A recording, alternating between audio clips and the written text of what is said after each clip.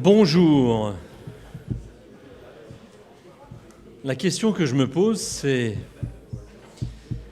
et si vos étudiants faisaient pareil?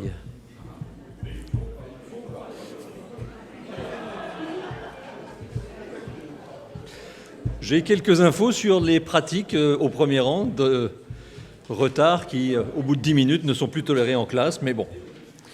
Soyez les bienvenus, c'est ça le succès de la tarte flambée à volonté, c'est incontrôlable, c'est une envie d'en déguster toujours et toujours. Soyez les bienvenus en tous les cas à Agno pour ce 30e colloque. Déjà, c'est un bel anniversaire, donc 30e colloque formation continue et alternance de l'ADUT. Certains me connaissent, donc je m'appelle Jérôme Bergerot, je suis journaliste animateur d'événements. Et je suis en quelque sorte l'huile dans les rouages pour faire en sorte que toutes les différentes séquences se déroulent bien. Rappelez aussi peut-être à certains de ne pas dépasser le temps qui est imparti.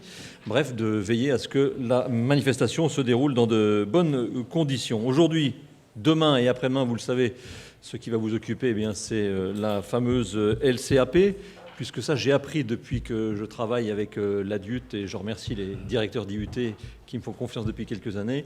Les acronymes, vous aimez, donc on va pouvoir en manger pendant 3 jours. Donc c'est la fameuse LCAP qui va nous maintenir éveillés, la loi pour la liberté de choisir son avenir professionnel. Cet après-midi, il sera notamment question des BC, des blocs de compétences, à l'occasion donc d'une table ronde qui va avoir lieu dans quelques instants. Et puis ensuite, après la pause de 16h30, puisqu'il faut bien que vous goûtiez, comme les étudiants, donc après la pause de 16h30, nous aurons une présentation détaillée des travaux effectués par les différents IUT. Et puis demain, donc 2 temps distincts. D'abord, nous aurons un regard croisé avec des points de vue des auteurs et des acteurs de la réforme lors de 2 tables rondes. D'abord le ministère et puis ensuite les partenaires sociaux. Mais pour l'heure, puisque visiblement tout le monde a terminé sa flamme cuche, eh bien je vais céder la parole au directeur de l'IUT d'Agno qui nous accueille pour ce colloque. Vos applaudissements, un tonnerre d'applaudissements pour Yann Godot, s'il vous plaît.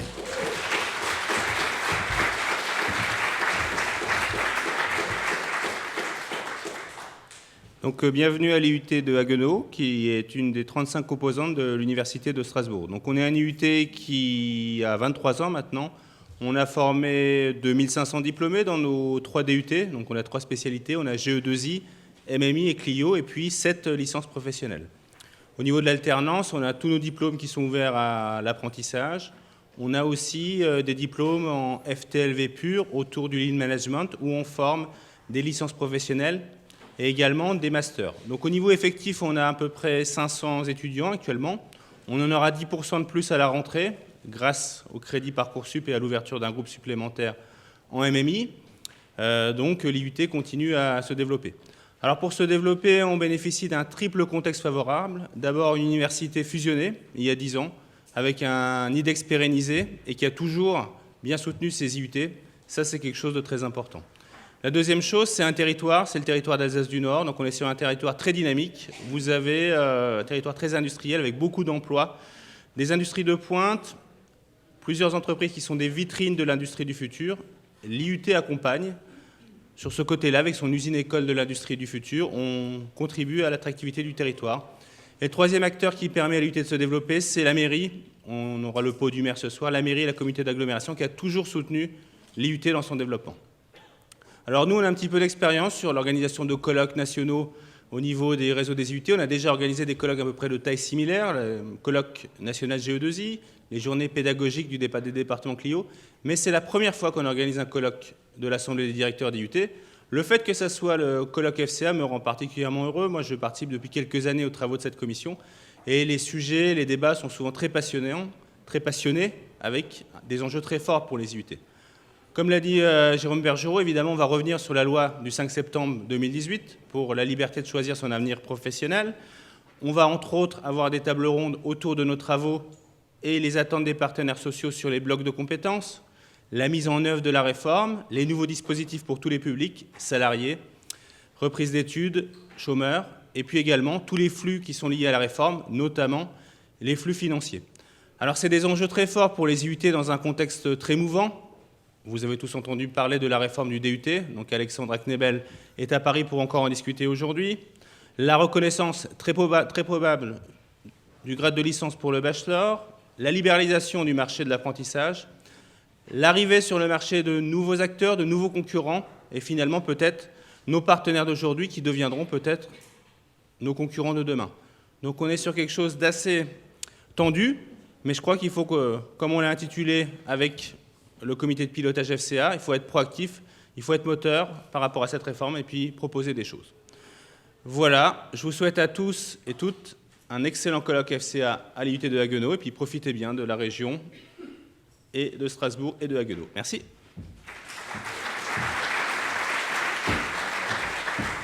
Merci, je cède la parole au président de l'IUT, M. Marc Becker, qu'on accueille également chaleureusement, s'il vous plaît.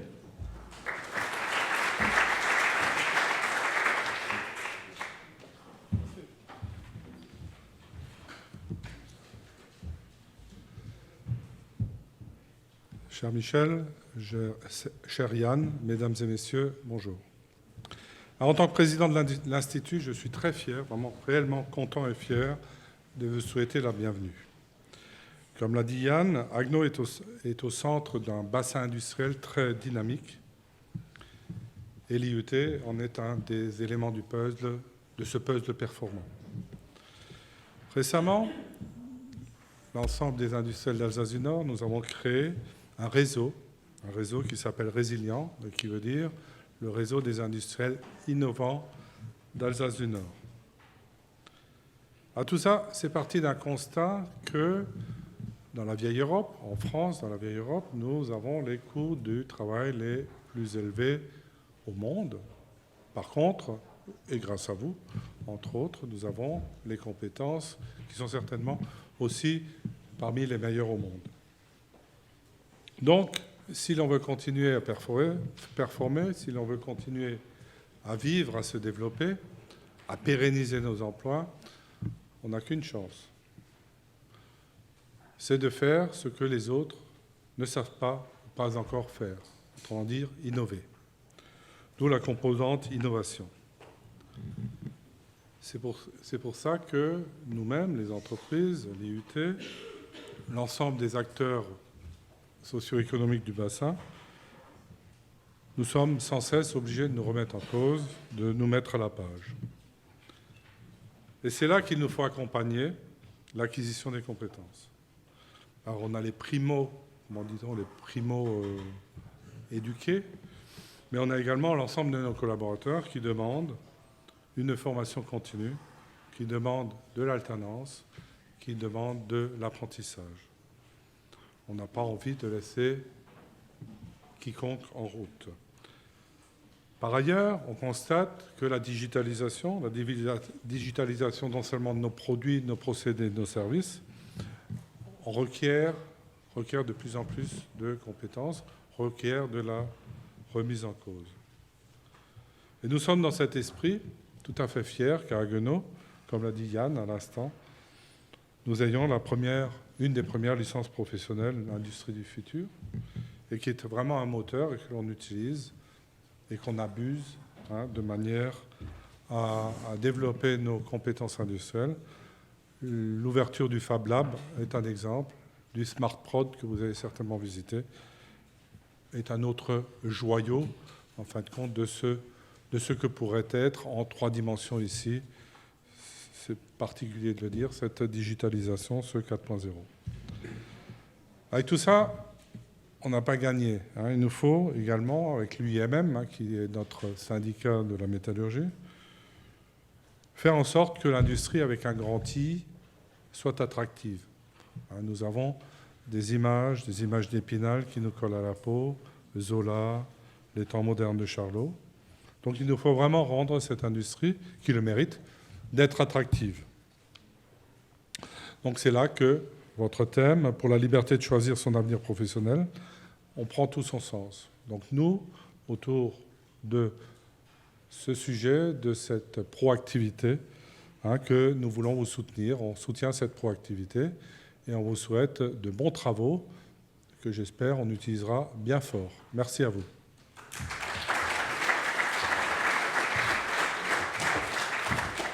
Merci Monsieur le Président donc, de cette présentation sur le territoire et les attentes du Président que vous êtes. La parole maintenant à Michel Denneken, qui est le Président de l'Université de Strasbourg, qu'on accueille également chaleureusement, s'il vous plaît. Monsieur le Président, c'est à vous.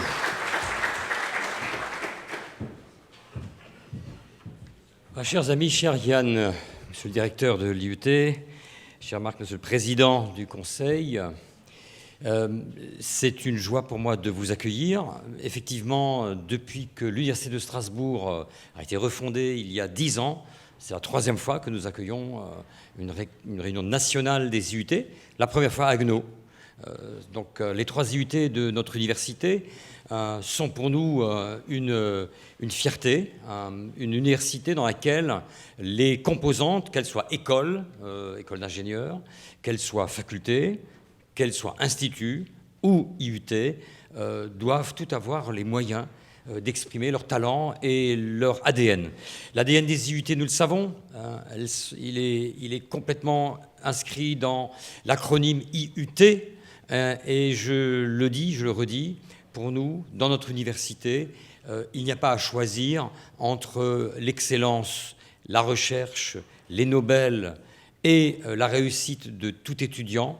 Nous ne choisissons pas entre la dimension internationale, nous tutoyons le top 100 de Shanghai, et la politique de proximité. Je veux saluer là, il n'est pas là, mais il sait à quel point j'apprécie son action, le maire de Haguenau. Je crois que l'IUT de Haguenau est un exemple de ce que l'on sait faire. Cette IUT est née de la passion d'enseignants-chercheurs de l'université qui ont eu l'idée de créer dans cette ville, capitale du nord de l'Alsace, un IUT innovant. Cette année, c'est la 2e année que nous sommes dans un régime de négociation loi OR, Parcoursup, avec le ministère. Cette année, l'ensemble de l'équipe de vice-présidents a unanimement souhaité qu'après avoir aidé fortement la fac des STAPS et de psycho, cette année, nous aidions plus particulièrement, excusez-moi Alexandra et Bernard, l'IUT de Haguenau, parce que l'IUT de Haguenau, c'est un peu le petit qui tout doucement entre dans l'adolescence, qui a besoin de beaucoup de calories, qui a besoin de beaucoup de tartan pour échauffer ses jeunes muscles. Et donc on a absolument besoin de lutter contre la frustration qui consiste à avoir un superbe IUT, plébiscité par ses élus et accompagné par les industriels. Il nous fallait donc cette année l'aider. Donc Yann le sait, cette année c'est l'IUT que le programme OR et Parcoursup va particulièrement aider. Nous l'avons dit, ça a été dit, le contexte qui est le nôtre aujourd'hui est compliqué, puisque votre colloque est dédié à la formation continue, à l'alternance et à l'apprentissage. Le débat est compliqué parce qu'on est en plein paradoxe dans des projets de loi qui veulent décorseter, ouvrir, libérer. Je rappelle qu'en Alsace-Moselle, on a toujours été en France de l'intérieur, ou en vieille France, vous appelez ça comme vous voulez, des grands leaders de l'apprentissage et de l'alternance, parce que ça c'est notre gène germanique. On n'a jamais méprisé ici le travail manuel, et donc je crois que c'est un élément important. Nous ne devons pas nous laisser prendre des places d'opérateurs socio-économiques, mais aussi éducatifs pour l'alternance et l'apprentissage. Je dois dire aussi que Alexandra Knebel, alsacienne, directrice d'un des IUT de notre université et actuellement présidente de la DUT. Il y a juste une petite parenthèse, puisqu'il y a eu un mandat avant elle, mais l'avant-dernier mandat, c'était aussi un IUT de Strasbourg, puisque Bernard Lickel, qui est encore directeur de l'IUT Robert Schuman, est parmi nous. Je dois aussi rappeler et souligner l'importance que nous attachons au partenariat avec le monde de l'entreprise, de l'industrie et du commerce. Je remercie les présidents des IUT et singulièrement aujourd'hui Marc. Marc, c'est typique de l'ADN strasbourgeois ou alsacien. Marc est patron de la filiale française d'une société allemande d'équipementiers, donc l'automobile. Les Français, nous aimons la bagnole, mais les Allemands, c'est encore pire. Et donc, on a là un bassin versant du côté du Rhin qui permet un très très beau partenariat entre le monde de l'entreprise et le monde de l'éducation et de la formation. Je vous le dis à vous, les 3 directeurs, les 3 présidents de nos IUT le savent, l'équipe de présidence est derrière eux pour les aider à relever les défis qui sont les nôtres. Nous ne braderons pas le DUT, c'est pour ça que notre chère Alexandra est à Paris. On ne bradera pas la qualité des IUT. Pendant 50 ans, on vous a demandé de caracoler en tête, et maintenant que vous êtes des formations d'élite, on vous demande de renoncer à cette dimension. Moi, je me bats pour que ces 2 dimensions, vous puissiez les vivre, celle de continuer à recruter sur dossier les meilleurs éléments, parce que c'est comme ça qu'on tire une société vers le haut. Je n'ai pas peur d'utiliser le mot d'élite, mais en même temps, nous sommes ici à Haguenau, dans le nord de l'Alsace, en même temps de garder en un grand écart que vous savez bien faire à Strasbourg, à Haguenau, à Schiltigheim, à savoir, à Ilkirch, à savoir ce grand écart qui est aussi l'accueil des bacs techno. Quant au bac pro, nous devons relever le défi ensemble. Cette hypocrisie sociale qui consiste à conduire des jeunes au casse-pipe, il n'y a pas de justice à demander aux seuls IUT de le relever. Il faut donc aussi que nos dirigeants qui sont en marche, nous dit-on, vers une société belle, future, de plein emploi, comprennent que les IUT, s'ils doivent rester dans leur vocation, ne peuvent pas non plus drainer tous les échecs et toutes les hypocrisies gouvernementales successives. Donc, de plein cœur dans le sujet, plein pot avec vous, bon colloque et bon succès.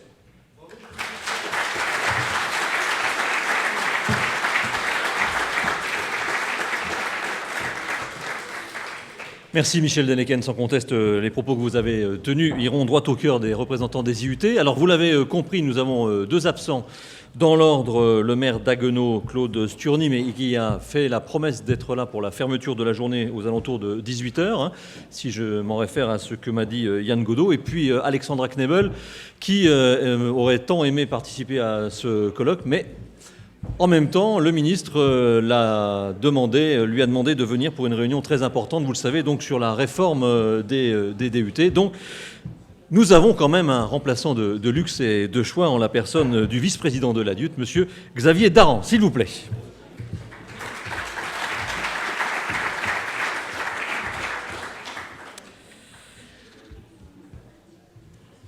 Monsieur le directeur, mon cher Yann, Monsieur le président de l'IUT, Monsieur le président de l'université, mais bien sûr, je vous prie d'excuser Alexandra Knebel, donc qui, dois-je le rappeler, aujourd'hui participe à une de ces réunions que je vais qualifier de très importantes, mais je crois que ses prédécesseurs, que ce soit Rodolphe Dahl, que ce soit Bernard Lickel, comme vous l'avez rappelé, connaissent à quel point un agenda de président d'ADIUT est totalement déréglementé.